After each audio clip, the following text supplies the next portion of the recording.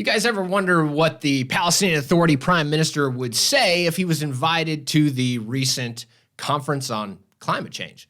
Well, he was invited and he did speak, and he, as normal, bashed Israel, but also lied a lot.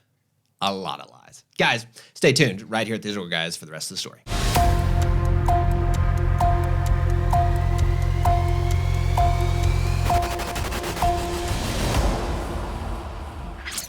Luke, we're talking about corruption. Like, basically, we're boiling this down. This is absolutely corrupt from its founding. We're talking about the PA. We're talking about the Arab regime that's discrediting even the foundations of Zionism. Luke, there's one thing the world is talking about like crazy right now, and that is climate change. Climate change. Yeah. Okay, so... Hey, don't make fun of it, whether you like it or not, okay? Well, I mean, come on. There's a lot of big things happening in the world. This is the most serious thing happening. Okay, whether you like it or not, okay, this is what the world's talking about. So at the conference, guess who's there? Well, the PA is represented. Oh, yeah. Yeah, because they got to be there, right? So the prime minister, Mohammed, is there. And Shtayyeh. Yep. So this is a quote from him. He says, "The colonial settlements and their waste..." Sound like a bash already, right? "Colonial settlements and their waste as Palestinians' most significant environmental danger." So he's calling the Jewish settlements, that's quote, yeah, in Judea and Samaria as Palestine's most significant danger, and then environmental danger. He targets. He says, here it is. He accuses Israel for targeting land, trees, water resources, and claimed that, and this is a ridiculous claim, that Israel has uprooted 2.5 million trees out of Judea and Samaria since 1967. That's outrageous. That's a bold-faced, absolute 100% lie. Yeah, 100%. No, there's no. And then he also says there's probably been 1 million trees planted, olive trees, anyways. More At since least, 1967. Yeah. The Jewish people have made this land it's covered in olive trees. Yeah. Unbelievable. He also has another. He says Israel has also been exhausting the resources of the Dead Sea. All right. One of the world's greatest, what do they call that? Like the natural wonders. Natural wonders. Yeah, that's right. Which threatens to dry it up.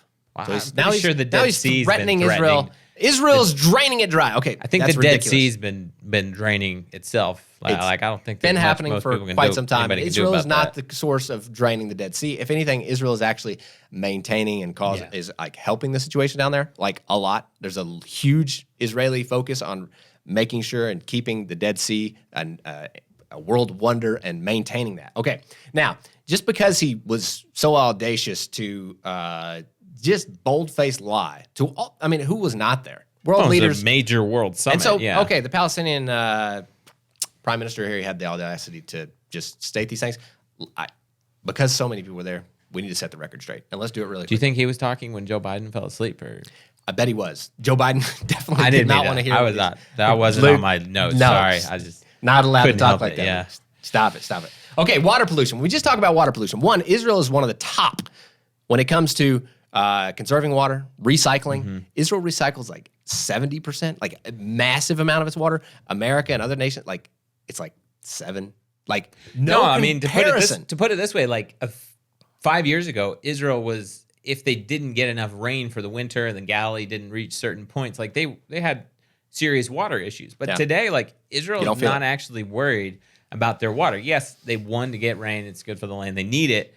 But if they don't have a good rainy season, like it doesn't affect them much because they're so good at desalinating water. Right. They're called a first world nation that is fully up to par with any standards of a first world nation. Now, you're going to think differently about the PA when I finish talking about this. Water pollution. There's a lot of streams here. Let's just count 1, 2, 3, 4. I'm not going to name them all. 5 rivers there's not a lot of water here. So these like streams are very precious in this area. This is like okay, so the streams that are here, basically all of them. Okay, what is the pollution found in these?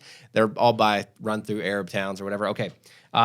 Large amounts of raw sewage. Ooh. Okay.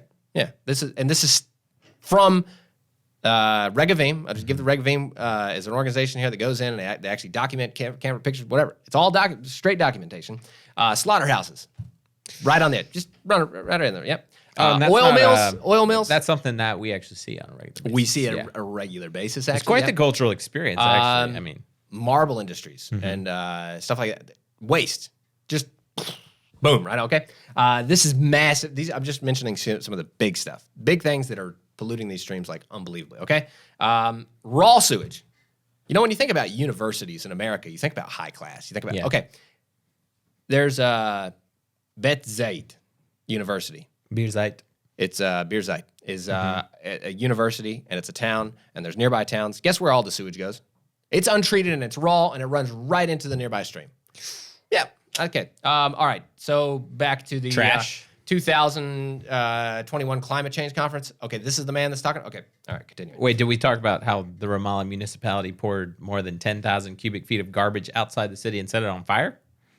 And that happens like that's all not the time. Only place, Luke, we drive by there all the time, either. and it's always burning.